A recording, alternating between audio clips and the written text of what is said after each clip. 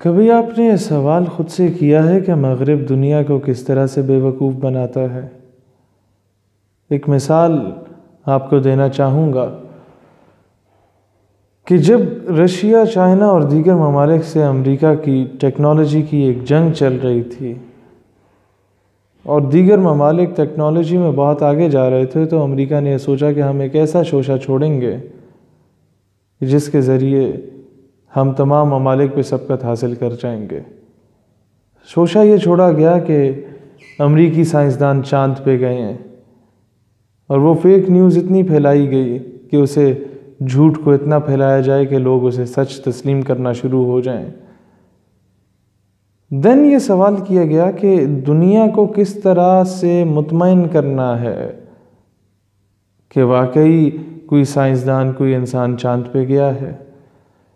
امریکہ نے کہا کہ دنیا کو 4 حصوں میں تقسیم کرو، 6 ارب آبادی ہے، 1.5 ارب مسلمان ہیں، 1.5 ارب لوگ چائنا کے ہیں، باقی کچھ لوگ ہندوستان کے ہیں جن کا آبادی 1 ارب کے ریلیٹڈ ہے۔ وہ آٹومیٹیکلی میجورٹی کو دیکھ کے امپریس ہونا شروع ہو جائیں گے، اور باقی کا جو ویسٹرن بیلٹ ہے وہ آٹومیٹیکلی امریکہ کی فیور میں ہے۔ اب سب سے پہلے تو پڑھے لکھے طبقے کو قابو کرنے کی کوشش کی، اور وہ اس طرح کی کہ جب سائنسدان چاند پہ گیا تو اس نے پہلا جملہ یہ کہا کہ all the maths is correct، یہ ساری ریاضی جو میتھمیٹکس ہے وہ کریکٹ ہے، اگر یہ کیلکولیشنز ٹھیک نہ ہوتی تو ہم چاند پہ نہ پہنچتے۔ تو پڑھا لکھا طبقہ بولنے لگا، ہاں یار واقعی اس نے تو بہت اچھا جملہ کیا، بجائے اس سے کہ اس پہ ریسرچ کرنا شروع کرتے کہ واقعی یہ گئے یا نہیں۔ دین مسلمانوں کو کیسے امپریس کریں؟ وہ کہتے ہیں چاند پہ ہم گئے تو ہم نے دیکھا زمین پہ ایک جگہ چمک رہی تھی، وہاں سے نور نظر آ رہا تھا، ہم نے چاند سے جب اس جگہ کی طرف دوربین لگا کے غور سے دیکھا تو پتہ چلا یہ تو خانہ کعبہ ہے۔ مسلمانوں نے کہا سبحان اللہ، کیا بات ہے، بجائے اس کے کہ وہ تحقیق کرتے واقعی یہ گئے ہیں یا نہیں گئے، انہوں نے تسلیم کر دیا۔ پھر انہوں نے کہا کہ چائنا کے ساتھ ہمارا ٹیکنالوجی کا اچھا خاصا مقابلہ چل رہا ہے، چائنا کو کس طرح امپریس کریں؟ تو انہوں نے کیا کیا کہ ایک بہت لمبی سی لکیر ہم نے زمین پہ دیکھی۔ ہم حیرت میں تھے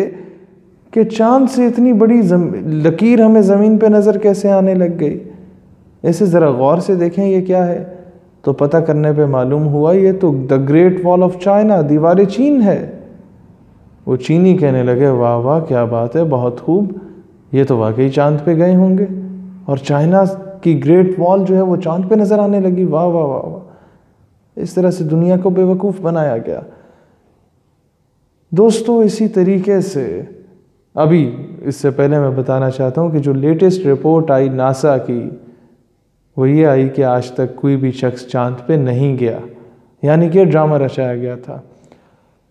اب آتے ہیں دہشت گردی کی جانب۔ امریکہ ایک دہشت گرد بناتا ہے، خود ہی 9/11 کے اٹیکس کرواتا ہے، اور اس کے بعد کہتا ہے کہ دہشت گرد عراق میں بیٹھا ہے، جا کے پورے عراق کو مسمار کر دیتا ہے،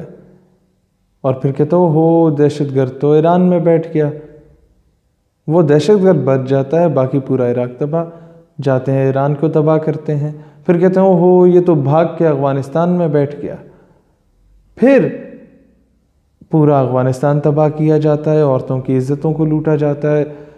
مردوں کو شہید کیا جاتا ہے، اور پھر کہتے ہیں ہو دہشت گرد تو ایبٹ آباد پاکستان میں بھاگ گیا، وہاں پہ آپریشن کیا جاتا ہے، ہمارے ملک کی سالمیت پہ حملہ کیا جاتا ہے،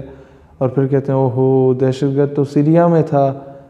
پھر سیریا کو تباہ کیا جاتا ہے، پھر پتہ چلتا ہے وہ دہشت گرد سیریا تباہ ہو گیا، دہشت گرد تو لبنان بھاگ گیا۔ اس طرح کرتے کرتے پوری مڈل ایسٹ اسٹیٹس میں اور پورے عالم اسلام میں فتنہ پیدا کرنے کے بعد جب امریکہ جاتا ہے تو مسلمانوں کے مختلف گروہ بنا کے انہیں آپس میں لڑوانا شروع کرتا ہے، کبھی سیکٹیرین وائلنس یعنی فرقہ واریت پر، کبھی لسانیت کی بنیاد پر علیحدگی پسند تحریکیں چلاتا ہے، اور کبھی جب دیکھتا ہے کہ اس ملک پہ کس طرح سے حملہ کیا جائے تو وہاں پر پہلے سے ہی ایسی تحریکیں چلوائی جاتی ہیں، اور جب فرقہ واریت اور لسانیت کی بنیاد پر ان قوموں کو تقسیم کر کے خانہ جنگی شروع کی جاتی ہے تو امریکہ صاحب یونائٹڈ نیشنز کی امبریلا کے اندر امن کے قیام کے لیے تشریف لاتے ہیں، اور جب امریکہ صاحب امن کے قیام کے لیے تشریف لاتے ہیں تو امریکہ آپ سے کبھی یہ سوال نہیں کرتا کہ جناب تاسو پختون دے یا پنجابیان دے، کہ آپ پٹھان ہیں یا پنجابی ہیں۔ نہ ہی وہ یہ سوال کرتا ہے کہ آپ شیعہ ہیں، سنی ہیں یا وہابی ہیں۔ وہ آپ کو مسلمان ہونے کی حیثیت سے قتل کرتا ہے یا شہید کرتا ہے۔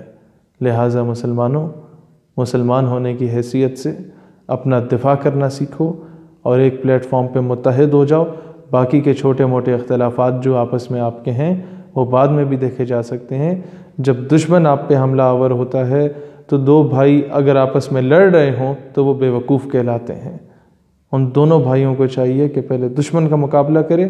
پھر آپس میں فیصلہ کر لے کہ جناب حق پہ آپ ہیں یا میں ہوں۔ پاکستان پائندہ باد۔